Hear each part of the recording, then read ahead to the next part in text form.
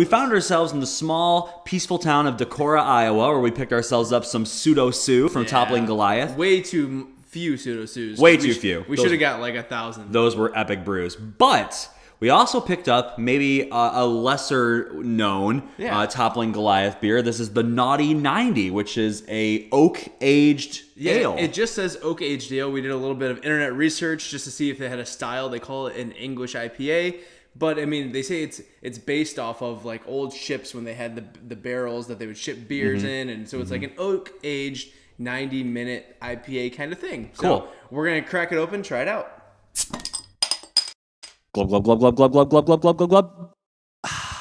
Well, Toppling Goliath is known for their epic, IPAs and pale ales. When we were there, we all had a little bit to try on tap. They were all just really stellar. Good. And I'm going to just go ahead and guess this is going to follow suit, but there's only really one way to know, so we have to try it. Yeah, so let's first see what it smells like, put our noses in here, and give you some notes here.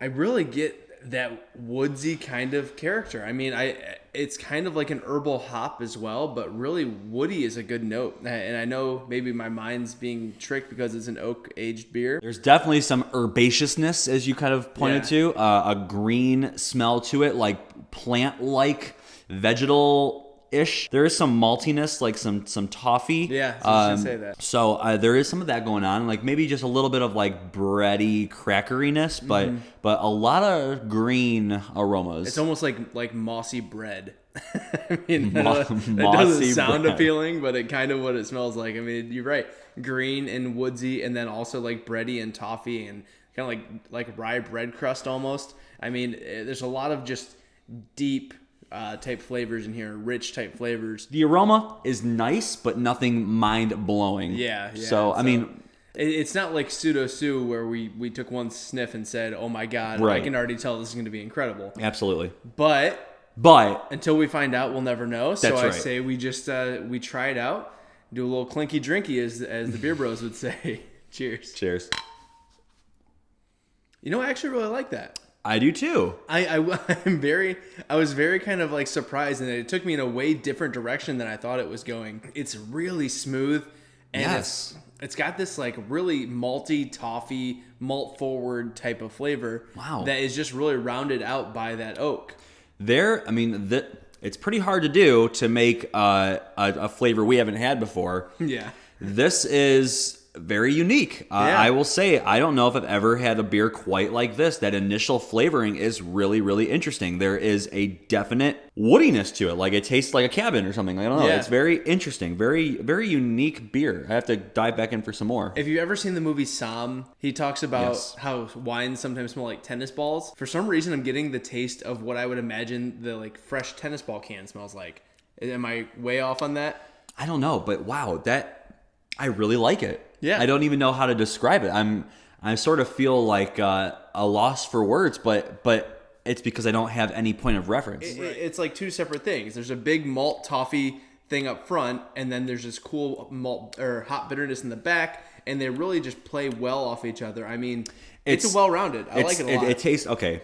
I'm getting some kind of like morning bread dish, like a muffin or something. Morning bread dish, a good old MBD to start your day. Yes, a staple of every morning. There's like a muffin or like banana nut bread or like a pumpkin loaf. I don't know, like some kind of bready dish. I don't know, like I have a very strange image in my mind. I have like a old lady in an apron, like some oven mitts bringing you like this loaf of warm bread, and you cut into it and it tastes like this. It's inviting, it's bready, it's definitely malty and really way different than I expected, but also I'm very pleasantly surprised. I really enjoy this one. Me too. Are you ready? Do you have kind of a number in your head? Do you think you can spit out a review for this one? What are you going to give this Nuaghty 90? I'm going to give it an A. I'm probably going to go like a 94, 95. I really, really like this one because it's unique. It kind of brings a whole different sensory experience to me.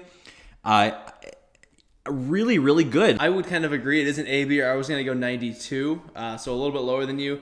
But I do really enjoy this one, like we've said. That oak flavor is just awesome in here. And I think that people who maybe have heard of Toppling Goliath for maybe one or two certain beers really need to try their other stuff out, because everything they make so far has been incredible. And until you find this out, you guys always remember, we are the Brew Review crew. we'll review A brew for you. Cheers. Cheers. Just reviewed an English style IPA. Yeah. We want to know, do you have a favorite English style IPA? Let us know in the comment section below. You need to make sure you check us out all over the internet on YouTube, Facebook, Twitter, Instagram, all over the place. Share us with your friends, and check out craftloyal.com for some awesome craft beer swag Promo code BRC15 for 15% off. See ya.